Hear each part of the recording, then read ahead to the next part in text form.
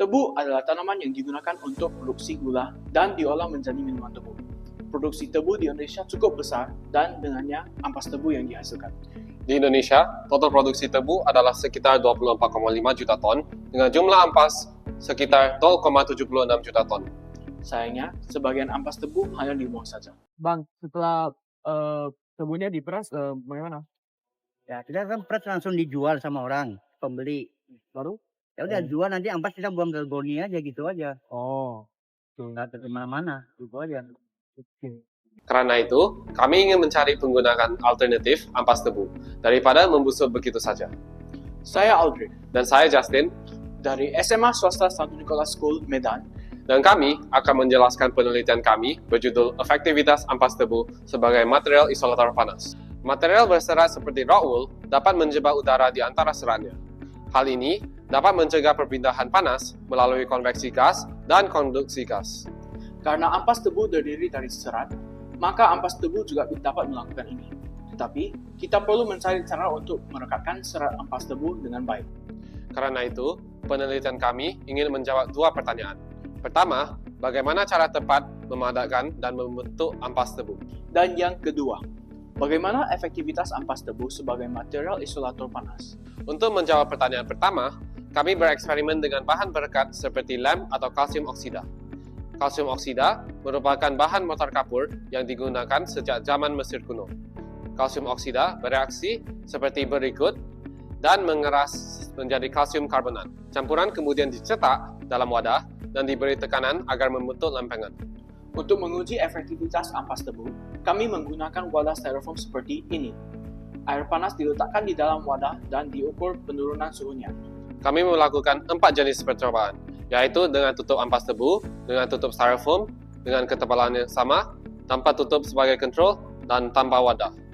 Eksperimen dilakukan selama 500 menit dan suhu diukur setiap 5 menit. Hasilnya dibandingkan untuk menguji efektivitas ampas tebu sebagai isolator panas.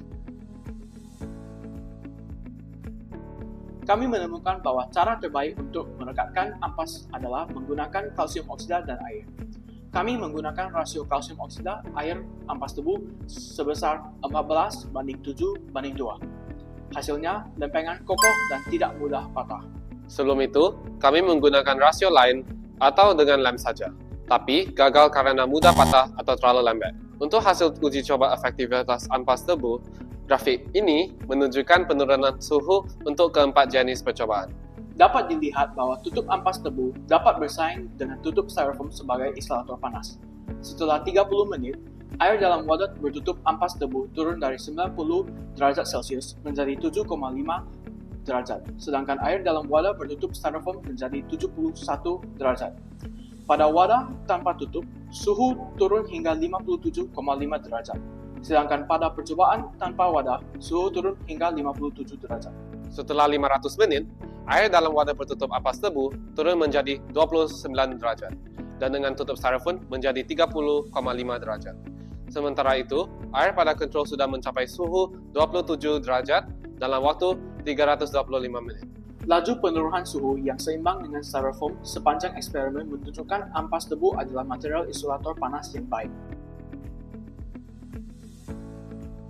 Setelah melakukan penelitian, dapat disimpulkan bahwa pertama, ampas tebu dapat direkatkan menggunakan kalsium oksida dengan rasio ini. Campuran dijemur dalam cetakan dan diberi tekanan sehingga membentuk lempengan yang kokoh. Dan yang kedua, ampas tebu merupakan material isolator panas yang baik, sedikit lebih buruk dibanding styrofoam. Penelitian selanjutnya dapat mempelajari cara lain untuk memperkokoh perekatan. Selain itu, dapat diteliti penggunaan lain dari ampas tebu, mungkin sebagai bahan kertas atau bangunan. Demikian penelitian kami berjudul Efektivitas Ampas Tebu sebagai Material Isolator Panas.